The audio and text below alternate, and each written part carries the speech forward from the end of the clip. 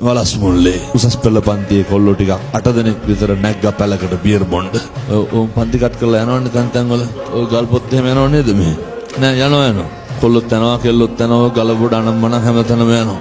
ගිහිල්ලා පැලෙන් බහිනකොට අන්තිමට හිටපු කොල්ලා වැටුණා. අපි පොඩි හාරෝ කෙනෙක්ගේ මල්ලිගෙන සුසුම්නාව කැඩුණා. දැන් ඉනින් පල්ලහැ පන නැහැ. පහුගිය දවස්වල ගෙදර යනකොට රෝද පුටු ඉන්නවා මුත්‍රා පැකට් එක ගහගෙන බටේ ගහගෙන. තාත්තා කියනවා අර හිටපු කොල්ලෝ සේරම බැඳලා රස්සා කරනවා ළමයි ඉන්නවලු. මගේ එක අපි දෙන්න ඉන්නකම් බලාගනියලු ඊට පස්සේ මොකක් වෙයිද දන්නේ නැලු. පැහැදිලිද මං කියන එක? මද්ද්‍රව්‍ය පාවිච්චි කරන දරුවන්ට කියන්නේ මොකක් හරි වුණාම අම්මයි තාත්තයි විතරයි. ඒ මොක නැතත් මොකක් හරි වුණාම අපි විඳවන්න ඕන.